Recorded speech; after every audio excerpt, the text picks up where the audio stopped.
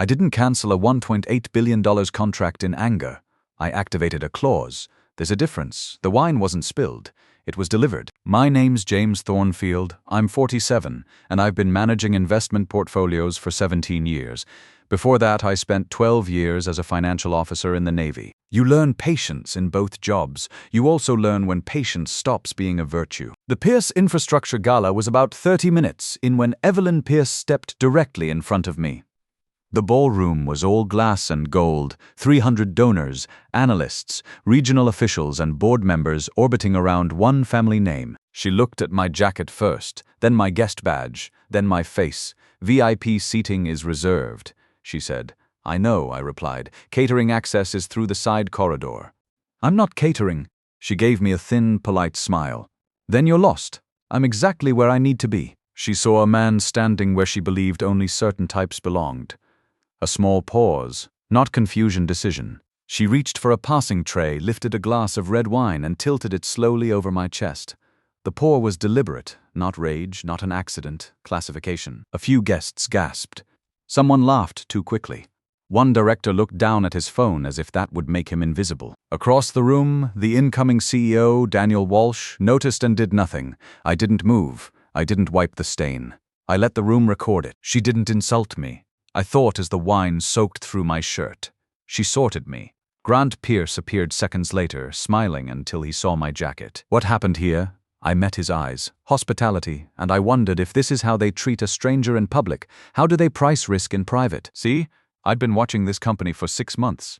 Apex Capital had been circling Pierce Infrastructure like a cautious buyer at an estate sale. Everything looked good on paper. Revenue streams solid, contracts in place, margins healthy. But I learned something in the Navy that most finance guys never figure out. Numbers lie less than people, but culture doesn't lie at all. Evelyn's little wine ceremony wasn't random. It was diagnostic. Apex Capital had not wired $1 yet. That part mattered. The commitment on paper was $1.8 billion, structured, staged, performance-based, 6 years of infrastructure modernization. Public praise already drafted, but signatures don't move money. Authorization does, and final authorization requires me in the room. I don't deploy early, I don't deploy remotely, and I don't deploy on reputation alone. That's why I'd flown to Chicago for this gala, not for the champagne and speeches, for the temperature check. How does leadership behave when they think nobody important is watching? How do they treat people they perceive as powerless? You'd be surprised how much that tells you about fiduciary responsibility. Section 14.2 sits halfway through our agreement. Reputational conduct during negotiation with material impact grants immediate withdrawal rights. It doesn't sound dramatic when read aloud. It isn't meant to. 2 years ago, I ignored a smaller signal. A chairman mocking a contractor during a town hall.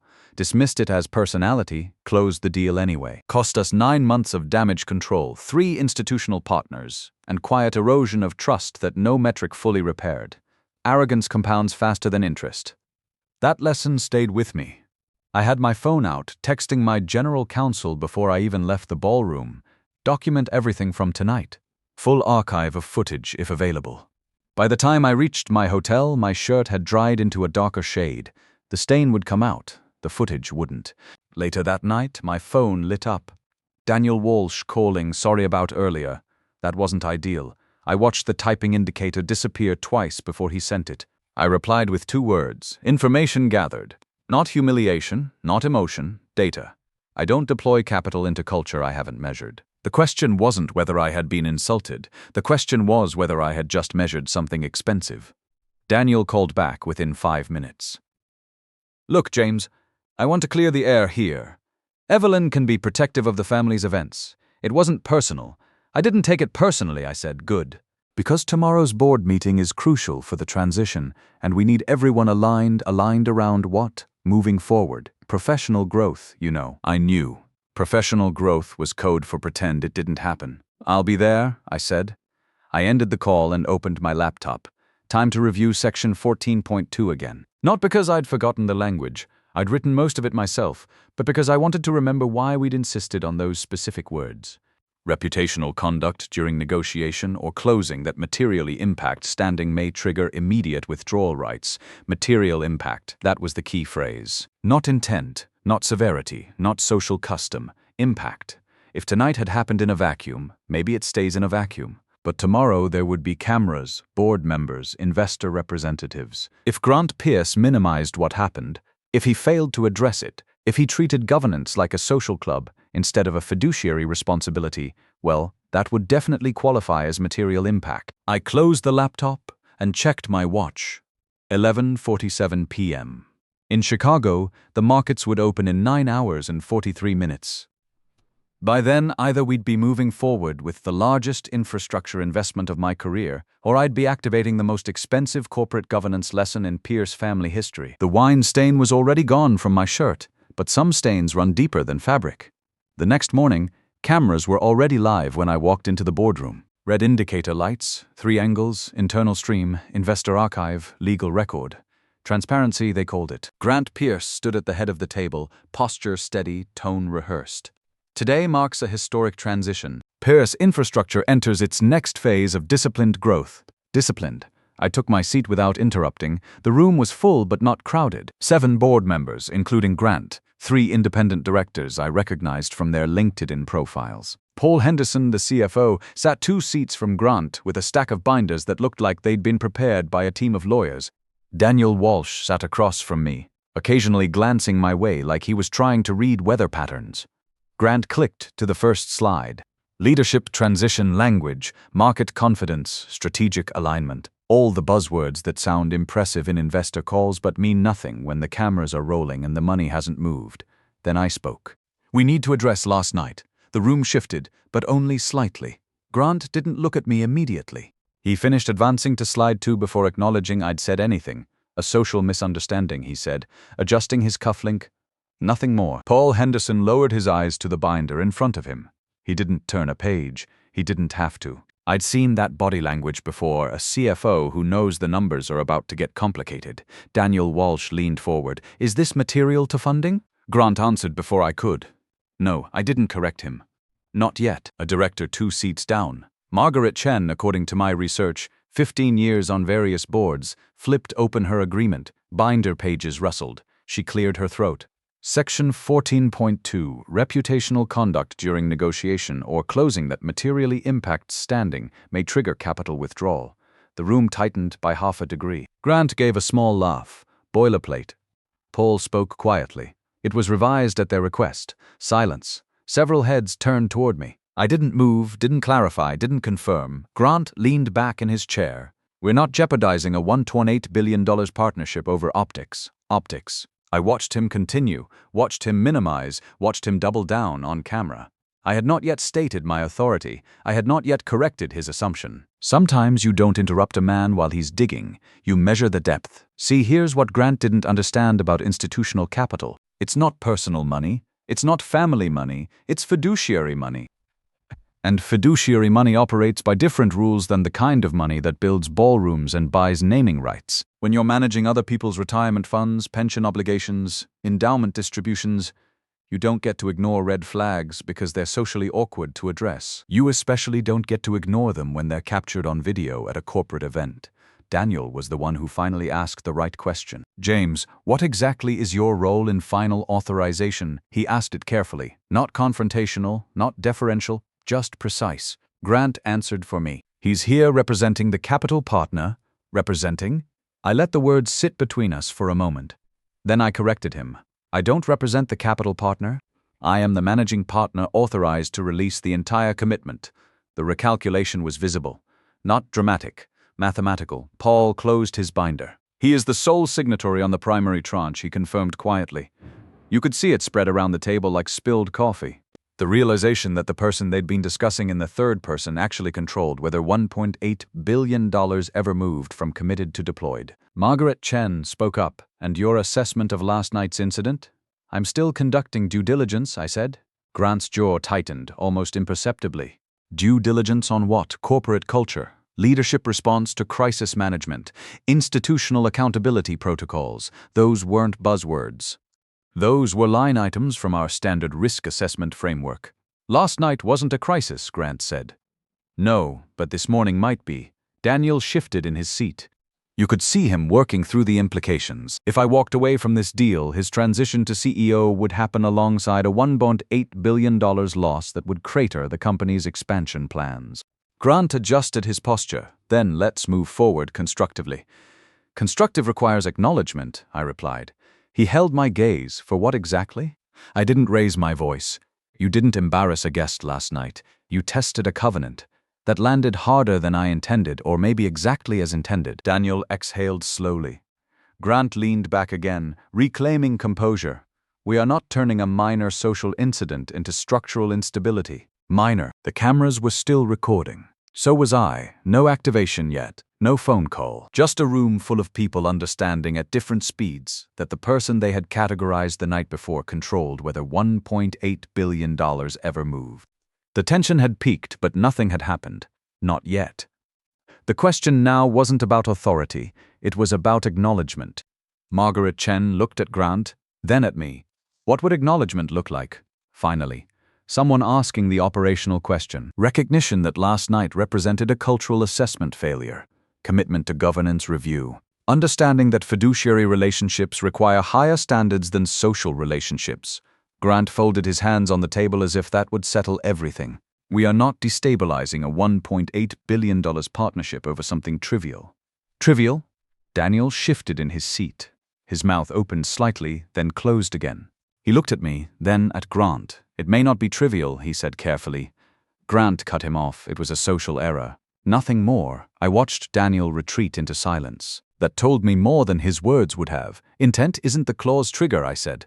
Impact is. Grant shook his head once. You're overpricing a social error. No. I'm pricing a governance risk. Across the table, Paul's phone lit up briefly. He glanced down pre-market indicators already reacting to early chatter about the meeting. Markets are sensitive to uncertainty, more sensitive to culture than most executives admit. Grant didn't notice or chose not to. I placed my phone face up on the table. Not as a threat, as clarity. No one spoke. The cameras were still live. I gave them one final opening. Tell me why I should believe this won't happen again when the cameras are off. Silence settled in layers. Grant leaned back. You're making this bigger than it needs to be. No acknowledgement, no correction, no accountability.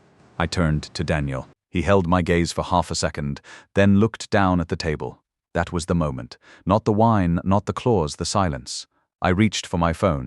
If no one in the room was willing to draw the line, would I? No one answered my question. Grant adjusted his tie. We are not issuing a public apology over this. There's nothing to apologize for. Minimize, reframe, control the narrative. That footage can be contextualized, he continued. We can clarify intent. He was still arguing motive. The clause never mentioned motive. I waited. 1 second, 2, 3, just long enough for the silence to become uncomfortable. Then I picked up my phone, activate section 14.2. Not raised, not sharp, precise. Across the table, Paul's posture changed before anyone else reacted. He knew what that sentence meant operationally. Grant gave a short laugh. You're posturing. I didn't look at him. I don't posture. I document. On the other end of the line, my general counsel confirmed receipt. Formal notice drafted. Immediate suspension of capital commitment pending review. Effective immediately, I added. I ended the call. No dramatics, no slammed phone. Just quiet. For a moment, nothing happened. The room inhaled and held it. Grant leaned back, folding his arms. You're not going to tank a $1.8 billion structure over optics. Paul's phone buzzed. He didn't need to check it. He already knew. The primary tranche had been suspended. Grant still believed this could be contained, still believed authority lived at the head of the table. The cameras were still recording. The capital was no longer committed. The question now was simple. How long does it take for $1.8 billion to disappear? 2 minutes. That was all it took. Paul's phone vibrated first. A short, contained sound against polished wood. He glanced down, primary tranche suspended. Grant didn't miss the movement. That's procedural, temporary. Paul didn't respond. A second vibration. This one longer. He looked again. Withdrawal notice executed. The words seemed to drain the color from his face before they reached the rest of us. Around the table, other phones began to light up. 1, then 3, then nearly all of them. Assistants texting, legal calling, investor relations asking for clarification that did not exist. On the wall-mounted screen behind Grant, a small ticker began to refresh. Pre-market indicators shifting, -7%, a pause, -10%. No one spoke for several seconds. Daniel leaned toward me, voice low. Is there still a path to reverse? I kept my eyes on the screen. Clauses don't include regret. Grant stood abruptly. This meeting is adjourned. The lead independent director didn't move. No governance discussion required. Grant stared at him. You can't be serious. The director folded his hands. We are past optics. The cameras were still live, red lights blinking. What had begun as transparency now looked like exposure. Grant's authority had not vanished, but it had fractured. Phones continued to vibrate. The quiet kind of panic, the expensive kind, settled into the room. No shouting, no theatrics, just consequence. The capital was gone. The market was reacting. The board had a decision to make. Would they protect the chairman or the company? Grant regained his voice before he regained control. This is investor activism overreach. A disproportionate response designed to intimidate leadership. No one nodded. Paul spoke without lifting his eyes. Clause conditions were met. Grant turned toward him. You're agreeing with this. I'm stating fact. Margaret Chen opened her agreement binder again, this time slowly, deliberately. Section 14.2. Documented conduct during negotiation or closing that materially impacts reputational standing may trigger immediate withdrawal. She paused. No intent requirement. Impact sufficient. The room felt smaller. Daniel straightened in his chair. This is bigger than optics. We were warned. Grant snapped before he could stop himself. Stay in your lane, Daniel. That did it. The shift was subtle but irreversible. One director looked at another. A quiet exchange without words. The lead independent director cleared his throat. We need executive session. Grant's jaw tightened. I am the chair. The response came evenly. Not if we vote otherwise. Silence. No one moved. The cameras were still running. Grant scanned the table, searching for loyalty. What he found instead was calculation. The market was down double digits. The capital had been withdrawn, and the footage from the night before was now contextualized in real time. This was no longer about social error. It was about leadership risk. Grant had lost narrative control. The question now was sharper. Would the board sacrifice stability or sacrifice him? The lead independent director requested extraordinary session. The cameras remained on. No one reached to turn them off. Motion was introduced without drama. Administrative leave for the board chair pending governance review. Grant laughed once, short, disbelieving. You're reacting to market noise. This is panic. No one answered. Margaret Chen hesitated before raising her hand. Another director kept his hand down. Abstention. That detail mattered. This was not unanimous moral stand, but it was calculation. Votes were counted. The motion carried by narrow margin. Grant's authority didn't collapse. It narrowed, then snapped. Daniel's pending appointment was placed on hold pending review. Markets were now down 15%, and the number appeared on 3 separate screens almost simultaneously. Grant looked at me across the table. You've destabilized us. I met his eyes. You destabilized yourself? No one flinched. No one objected. There was no shouting, no dramatic exit, no security escort, just language, procedure, removal. The cameras captured the transfer of authority in real time. Grant remained seated for a moment longer, as if refusing to stand would preserve something intangible. It didn't. A company does not implode when leverage evaporates. It compresses, it recalculates, it exposes the fault lines that were already there. The chair was vacant. The capital was gone. The board was fractured. The question was no longer about culture. It was structural. What does a company look like when leverage evaporates? The market opened at 9:30. By 9:42, the decline was no longer speculative. By closing, the stock was down 15%. Not collapse, compression. Analysts moved quickly. Governance instability. Leadership credibility risk. Investor withdrawal linked to cultural miscalculation. Credit agencies flagged review status within hours. Institutional investors paused secondary commitments. Banking partners requested updated exposure models. The capital vacuum wasn't loud, it was measurable. I didn't celebrate. There is nothing satisfying about structural correction, only necessary. By late afternoon, my phone lit up again. Daniel, I should have said something. I read it twice before responding. You had the microphone. 3 dots appeared, disappeared, appeared again, then nothing. Silence is rarely neutral. In boardrooms, it aligns with power. In markets, it prices risk. In culture, it signals tolerance. The cameras had been on. The clause had been clear. The numbers had moved. What had not moved was accountability until it was forced. The company would survive. Most do. But leverage had shifted. Authority had been recalibrated, and the cost was visible on every screen in the country. The question lingered longer than the decline itself. Is silence cheaper or more expensive? Over the following weeks, the story played out in predictable stages. Grant was formally removed from the chairmanship by a board vote that wasn't even close. Daniel's CEO transition was delayed pending a full governance review. Margaret Chen was appointed interim chair, which surprised no one who'd been paying attention to her questions during that morning meeting. Paul Henderson called me personally to discuss a scaled-back version of the infrastructure deal, $800 million instead of $1.8 billion, with additional oversight provisions and a cultural compliance officer reporting directly to the board. I told him we'd consider it after the new leadership structure was established. 3 weeks later, Grant asked to meet. No cameras, no board, no microphones blinking red in the corner. Just a conference room overlooking the Chicago River that moved more steadily than his stock had. Grant arrived alone, no counsel, no assistant. He didn't sit at the head of the table. That detail didn't escape me. You could have warned me, he said. I did. When? When she lifted the glass, he exhaled through his nose. That was a social error. It was a governance event. He looked at me as if I had translated something he preferred to leave abstract. You really believe a moment like that justifies structural damage? I believe moments like that reveal structural risk. He didn't argue immediately, he adjusted his cuff instead. A habit, control through movement. Will the capital return? He asked finally. Not under your chairmanship. The words weren't sharp, they were final. He leaned back in his chair and stared at the window for several seconds. This wasn't about apology. It wasn't about public relations. It was about structure.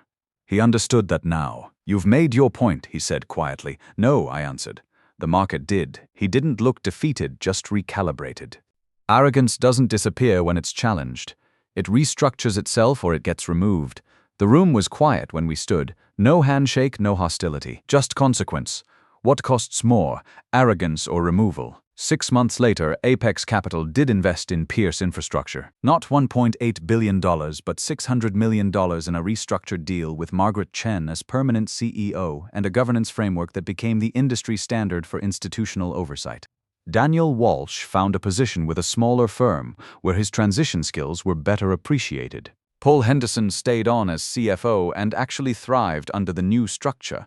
Turns out he'd been walking on eggshells for years. Grant Pierce started a consulting firm focused on family business transitions. I heard he was quite good at it. Evelyn Pierce never contacted me directly, but I noticed she was no longer listed as hosting the annual gala. That event was restructured too, with professional event management and clear protocols for guest treatment. The company's stock recovered within 18 months and actually performed better than projections. Turns out governance isn't just about avoiding problems. It's about creating the conditions for sustainable growth. It was never about wine. Wine evaporates. Stains fade. Footage, archives. What remains is classification. Who belongs? Who doesn't? Who is assumed powerful? Who is assumed decorative? That night she saw a man standing where she believed only certain types belonged. She acted accordingly. The board acted accordingly. The market acted accordingly. Sorting is rarely loud. It is quiet, reflexive, cultural. It happens in glances, in pauses, in laughter that arrives too quickly, and in silence. Silence is the most expensive form of agreement. The clause did not punish insult. It enforced structure. Capital is not emotional. It does not bruise. It reallocates. She thought she sorted me. She sorted her board. She sorted her leverage. The moment the glass tilted, the outcome was already in motion. Not because I was offended, but because I was observing. If you humiliate someone you assume is powerless, you eventually humiliate your shareholders. Capital does not tolerate that. Markets do not debate dignity. They price it. Governance is not about avoiding embarrassment. It is about preventing predictable risk. What happened in that ballroom was predictable. What happened in the boardroom was procedural. What happened in the market was mathematical. There was no revenge, no spectacle, only consequence. She thought it was a glass of wine. It was priced at $1.8 billion. Look, I know some of you have been in rooms like that. Maybe not with billions on the table, but rooms where you were sized up, sorted, dismissed. where someone decided you didn't belong based on your jacket, your car, your accent, your background.